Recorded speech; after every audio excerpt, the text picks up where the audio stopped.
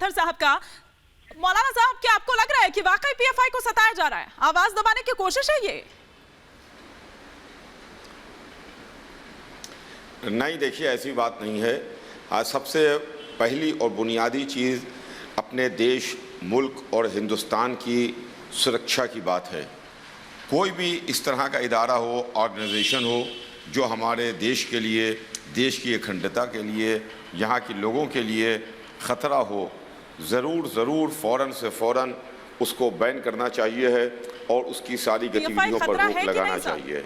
हमें हरगिज़ ऐसा नहीं महसूस होता कि उसको सताया जा रहा है, ऐसी बिल्कुल बात नहीं है। वो हमारे देश के लिए, उसके लोग हमारे देश के लिए, हमारे देश के आपसी भाईचारे के लिए ख़तरा हैं।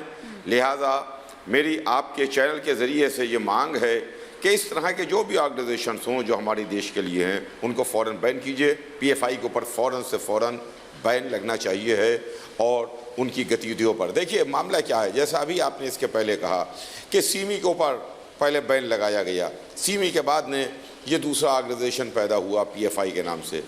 तो एक पर आप बैन लगाइएगा तो दूसरा पैदा हो जाएगा, फिर दूसरे पर लगाइएगा तो तीसरा ऑर्गेनाइजेशन पैदा हो जाएगा।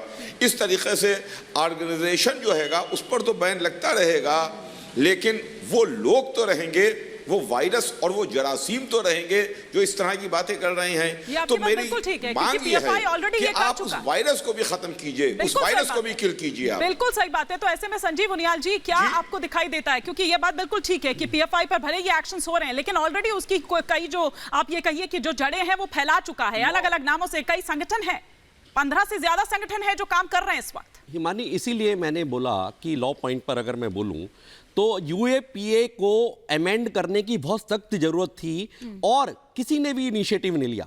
परंतु सारे सख्त कानून और सारी सख्त चीजों को स्ट्रक्चरल चेंज करने का बीड़ा तो शायद इसी गवर्नमेंट ने उठा रखा है, चाहे वो 370-35 हो, चाहे नोटबंदी हो, चाहे वो आप देखिए 3 तलाक वाला हो, राम मंदिर वाला हो। मुझे नहीं पता कि कितनी सारी चीजें सीरीज में आ सकती हैं, परंतु अभी हम यूएपीए की बात करें तो उसको अमेंड करने का इतना बड़ा काम 72 साल से स्कूल ऑफ थॉट कर नहीं पाया।